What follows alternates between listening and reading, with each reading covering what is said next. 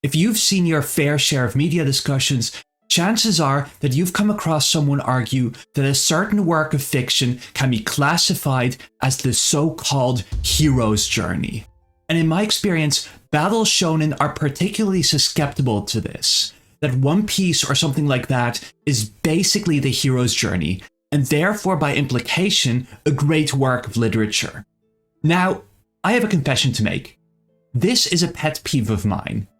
And so, I want to convince you that the concept of the hero's journey is complete and utter rubbish, while also having a bit of fun in the process.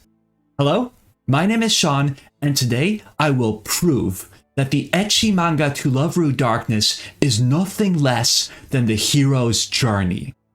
Now, this video consists of two parts. First, I'll provide a bit of background on the hero's journey and the major methodological issues surrounding this concept. If you just want to go straight to Love Through Darkness, just click the timestamp over here. The concept of the hero's journey was introduced by the American professor Joseph Campbell in the 1949 book The Hero with a Thousand Faces. The central claim of this book is that there are striking similarities between the myths and folktales from all over the world, and that these provide a vast and amazingly constant statement of the basic truths by which man has lived throughout the millenniums of his residence on the planet. From this, Campbell distills what he calls the monomyth, the archetype from which all myths, from the distant past to those of his present day, are derived. This monomyth consists of 17-ish stages that make up the hero's journey, the call to adventure, the refusal of the call, etc. These stages are divided into three parts: the departure, initiation, and return. The basic idea of this framework is as follows. The hero journeys from the mundane world over a threshold to the realm of unfamiliar, yet strangely intimate forces. They survive a series of trials, receive a great reward, and gain insights into the nature of the cosmos. From there, they once again pass over the threshold and share their heroic boon with the world. Let it sink in for a moment just how enormous this claim really is. The Hero with a Thousand Faces is much more than a comparative study, say a comparison between the Epic of Gilgamesh and Homer's Iliad. It is not a study of literary history either. Campbell actually believes that there is only one single symbolic truth lurking behind every myth on Earth. It's just that some myths preserve this core better than others. Campbell believes that this one universal truth is subject to damage and obscuration, and for him, a myth gains value insofar as it adheres to the monomyth. You may be wondering on what basis Campbell makes such sweeping claims. The answer is a combination of psychoanalysis and cherry picking. Campbell was really into the psychoanalysis of Freud, and especially of Jung, and makes this clear from the very first page of the book. He often cites reports of dreams among the examples he provides of his 17 stages. So why does this concept make sense for Campbell? Basically, the monomyth is a manifestation of the unconscious mind, the workings of which are fundamentally the same regardless of time period and cultural backgrounds. Now, Campbell doesn't actually offer any empirical evidence to back up these claims. And at least as far as I understand, most modern psychologists consider Freudian psychoanalysis a pseudoscience. It's not real science. And even aside from that, it's not at all clear how Campbell derives his views from the findings of psychoanalysis. And there's a second serious methodological issue with Campbell's approach, and this is the idiosyncratic way in which he handles his source material. Campbell never provides any methodology or justification for the selection of myths and tales he cites as evidence for his view of the monomyth. As Baratulkin writes in The Dynamics of Folklore, Campbell could construct a monomyth of the hero only by citing those stories which fit his preconceived mold and leaving out equally valid stories. Moreover, Campbell's insistence that myths all over the world share one single universal truth means that he completely ignores his sources' cultural and literary contexts. Campbell always speaks about the myth, as if there's only one authoritative version of these myths. But that's actually an incredibly naive approach. Popular myths have been retold countless times and adapted to suit all kinds of rhetorical purposes, and it's not clear at all on what basis Campbell selected the versions that he cites. In fact, this exact criticism was already brought forth by Stanley Hyman in the very year that The Hero with 1,000 Faces was published, where Campbell would tell us that the function of myths is to teach basic truths. We must ask, yes, but when and to whom? Let me be very clear. The monomyth may have captured the popular imagination, but scholars of mythology and folklore have never accepted the validity of Campbell's theory. You might say that I shouldn't pick on Campbell so much, since there have been later attempts to refine the hero's journey framework by decoupling Campbell's story structure from his belief in the universality of myth and its psychoanalytical underpinnings. But by doing so, you essentially remove all the justifications for the existence of a so-called hero's journey in the first place. All you're left with then is an arbitrary list of tropes without any good reason to group them together anymore. All that being said though, I understand why so many have been enamored by the concept of the hero's journey. Campbell is an extraordinary prose stylist, and he uses this talent to make his stories and concepts sound powerful and profound. More than that, there's something alluring about his promise that myths from all over the world carry a secret message that we can learn to decode.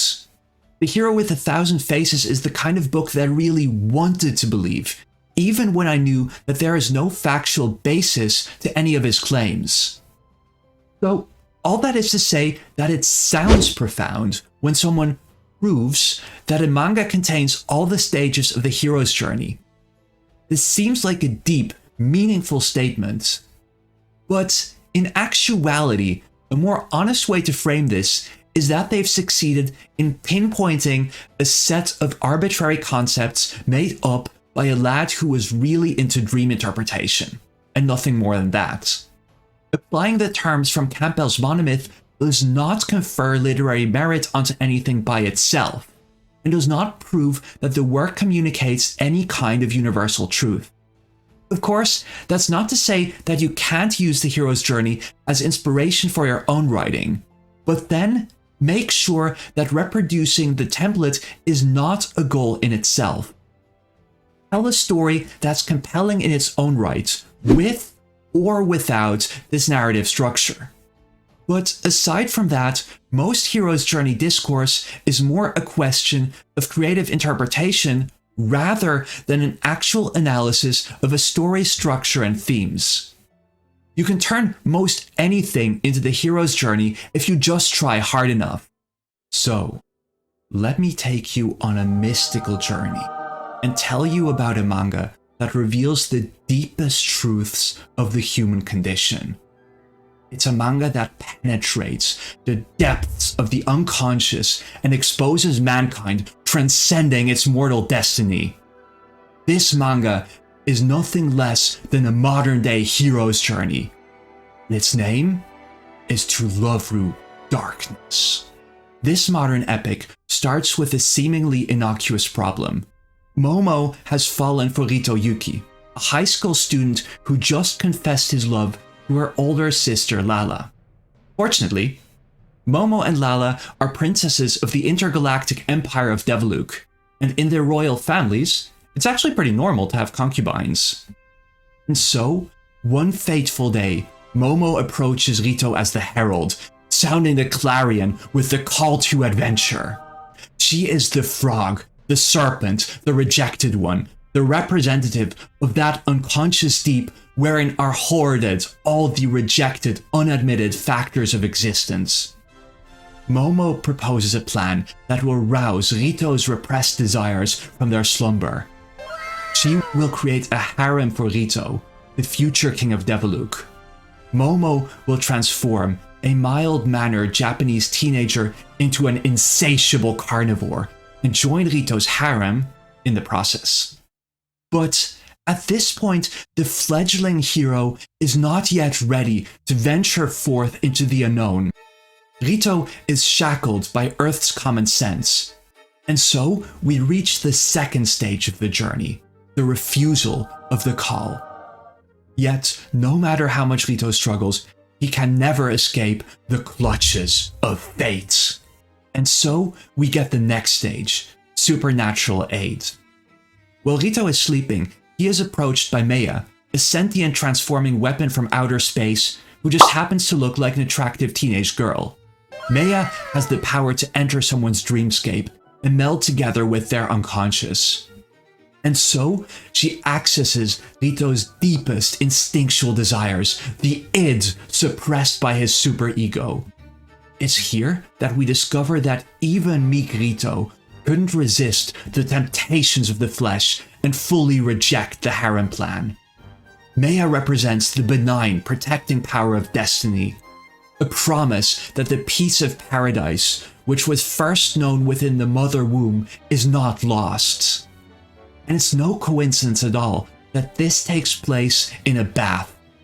This tub of water is an unmistakable, symbolic representation of the motherly womb's warm embrace. And from here, Maya proclaims to become Momo's ally and help advance the harem plan. Soon after, Rito reaches the next stage, the crossing of the first threshold, the first step into the sacred zone of the universal truth. When Rito discovers another girl has fallen for him, he realizes that there's a grain of truth behind Momo's call, that he cannot bring happiness to those who love him without the harem plan. Unwittingly, Rito begins his gradual ascension from the norms of society and, in Freudian terms, the reign of his superego. Yet, it's still too soon for the hero to conquer or conciliate the powers of the threshold, and instead, he's swallowed into the unknown, the belly of the whale, and appears to have died. Under the influence of an extraterrestrial flower, Rito's rational self is consumed by his id, his repressed yearnings. Here, he embraces the harem plan and his rightful place as its king. Yet, this Rito has not yet found spiritual balance. As Momo notes, the plan is bound to fail in Rito's current state. So with this symbolic death and rebirth, Rito is ready to undergo the road of trials. Time and again, the manga tests his ability to resist his carnal desires. And all this leads up to what is Rito's greatest trial, his ultimate act of heroism. In the climax of the series' first half, another sentient weapon/cute anime girl gets corrupted and threatens to destroy the Earth as we know it. And there's only one person with the power to stop her. The fate of the entire planet rests on Rito Yuki's erotic proclivities. The entire series to this point has been building up his one true superpower. Rito has the extraordinary skill to accidentally grope and undress any woman in his vicinity. But this time, Rito must harness his abilities out of his own heroic volition, embrace rather than suppress his desires. Rito does so. He thoroughly violates his target, and in this sublime, crowning moment, he at last awakens his Freudian ego, the mediating entity between the repressive superego and the repressed id.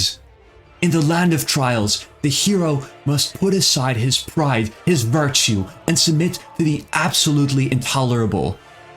Then he finds that he and his opposite are not of different species, but one flesh. So now that Rito has accomplished his greatest feat of heroism, his aristeia, he is finally prepared for the meeting with the goddess. The incarnation of the promise of perfection, the comforting, nourishing mother, young and beautiful, whom was known to us, even tasted in the remotest past. Rito comes face to face with Momo's mother Sephi, the queen who single-handedly brought peace to the galaxy. Sephi descends from a species of such extraordinary beauty that no man can resist her charms. Every man who lays eyes on her is transformed into a beast of pure instinctual lust. Sephi must carry a veil at all times to contain her boundless allure. In other words, to Love-Ru Darkness's mother goddess is the embodiment of Freud's Oedipus complex. But Rito has at this point surpassed the status of ordinary mortals. He alone can resist her beauty. In Campbell's words, the hero who can take her as she is, without undue commotion, but with kindness and assurance that she requires, is potentially the king, the incarnate god of her created world. Rito's mystical marriage with the queen goddess represents his total mastery of life. This mastery is put to the test in the next stage, woman as the Temptress. Throughout the series, Rito faces a constant series of erotic trials, but none offers such a challenge as that of the series' final villain, the sentient black matter known as Nemesis. Nemesis, true to her name, tries to force Rito into submission with her feminine wiles, to turn him into her servant, and thereby to lead him astray from his cosmic heroic destiny. But ironically, it's exactly through Nemesis that Rito can fulfill the next step of his quest, the atonement with the father. In a spectacular battle, Momo's father, the king of Deviluk, obliterates Nemesis. But then Rito, in his divine mercy, takes pity on the fallen goddess and saves her. Through this act, the galaxy's sovereign at last considers Rito his equal. Rito has understood the sickening and insane tragedies of this vast and ruthless cosmos, completely validated in the majesty of being. He beholds the face of the Father, understands, and the two are atoned. With this, Rito has grown from a son into a father figure. He absorbs the embodiment of temptation, and therefore literally becomes one with his base desires. This is his apotheosis, his crowning moment as a hero deity. Rito lets Nemesis inhabit his body, and thereby grants her new life. In Campbell's words, the father was himself the womb, the mother of the second birth. Yet, the gods and goddesses are to be understood as embodiments and custodians of the elixir of imperishable being, but not themselves the ultimate in its primary state.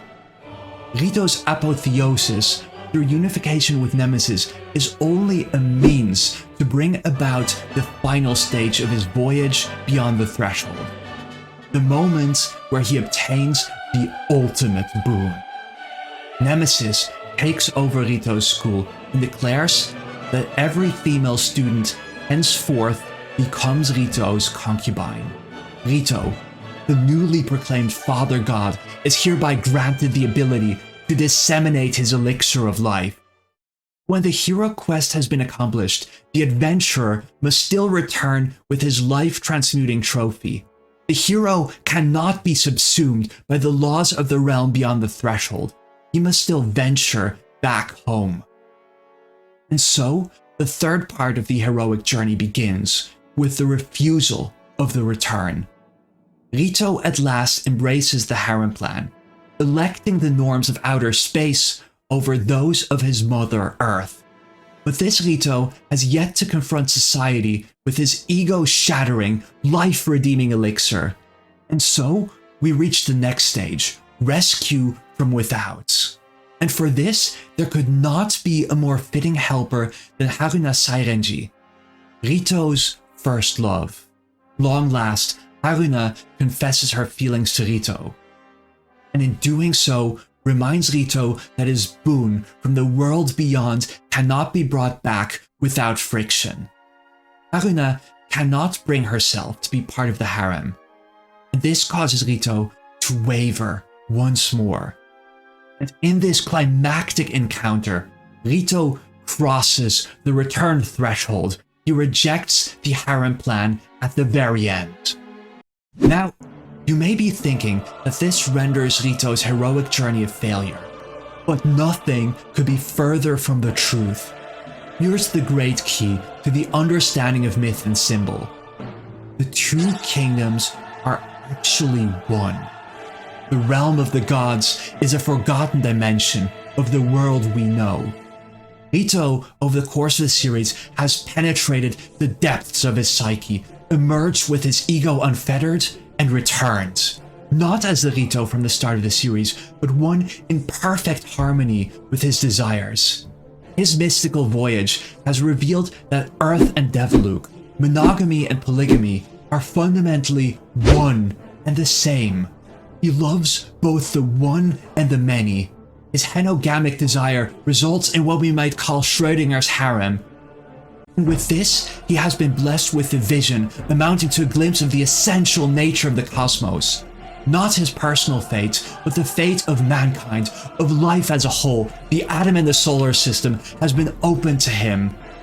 And this in terms befitting his human understanding. That is to say, the cosmic man. Rito Yuki has become the master of both worlds. And yet, this transcendental piece of art is still not complete. In the manga's last moments, the focus suddenly shifts to Momo. She too confesses to Rito, and attains a parallel cosmic womanhood as mistress of both worlds, same as Rito, all this again. In fact, the pieces suddenly click together. Rito's quest is but an embedded tale within the story's true hero's journey. That of Momo, from her call to adventure to... Okay, enough of this. You get the point. Happy April Fools. While all this was just an elaborate joke, I do think the interest in ideas like the hero's journey within the anime and manga community betrays something that is worth addressing. The past few years, anime has gained massive popularity in the West, and that's really great. But still, there's this sense that these media are not really acknowledged as true art. That anime or manga is not on par with literature or film or television. So when a fan of anime or manga latches onto something like the hero's journey, it's more than just to sound fancy. My impression is that it's also an attempt to legitimize our love for stories that have deeply touched and inspired us. And I definitely don't want to take that away from you. I mean, I've got a whole channel dedicated to discussing the literary merits of manga. All I want to say is that you don't need something like the hero's journey to justify your passions. In any case, if you liked what you saw, consider subscribing for in-depth manga analysis every other week. And no, most of it is not tongue-in-cheek like this.